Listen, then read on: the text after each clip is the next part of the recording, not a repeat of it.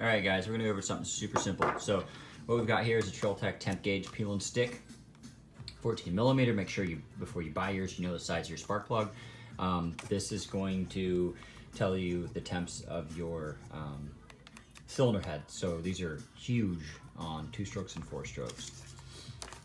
If you're liquid cooled, you can still use this gauge, but you're not going to use this ring. You use a different type of sensor for your coolant. So good instructions, peel and stick. They last a really long time. The best part is right there in Washington. So good tech support, made in America, which is awesome.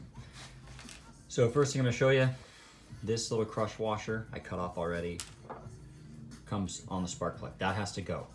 If it doesn't go, you're going to get an air leak most likely, and also this ring is not going to fit on very well. So what you do is you cut that off. I typically have add a little bit of oil to the threads. I didn't on this one, but let's see how this goes on.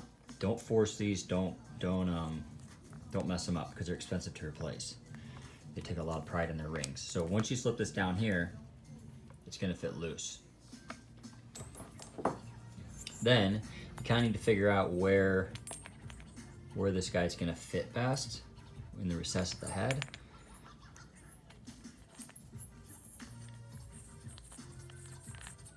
And you always start spark plugs in by hand.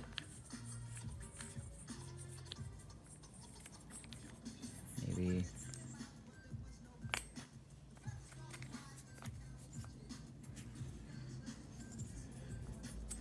so this is a good example. Whatever head this is, this one's gonna need to be clearanced. So there's no good position for this to fit in this head. This is actually probably an OEM head. So anyways, what you wanna do is before you put this down, you can see that this OEM head with this ring, if you force it down, you're gonna end up bending this closer to the spark plug, and then you won't be able to fit your socket on. So in this case, you need to take a die grinder of some sort, a Dremel, and you want to clearance one of these fins out just enough to get this guy down. So actually that worked out really well. That gives you a perfect idea of fitting these spark plug temp gauges on these cylinder heads. So find the spot that has kind of the most room, and that's where you want this to land. If you don't have the room, you need to clearance your head to get it to fit. Don't start by screwing this in with an impact driver or anything like that. A little bit of oil on the threads, thread it in by hand. That's what you want to do until you get to a point where it's kind of seated and it's in the threads. Then you can use a ratchet. But also, I've seen some guys, for whatever reason, maybe the rings are the wrong size or they're lazy, but I've seen some guys put these rings, kind of hard to get off here. I've seen some guys put these rings on these studs. That's not what you want to do. Anywhere on here is not going to be an accurate reading. It has to be right here. So I guess the most important things are this piece needs to go. You've got to cut that piece off. It's in the garbage now.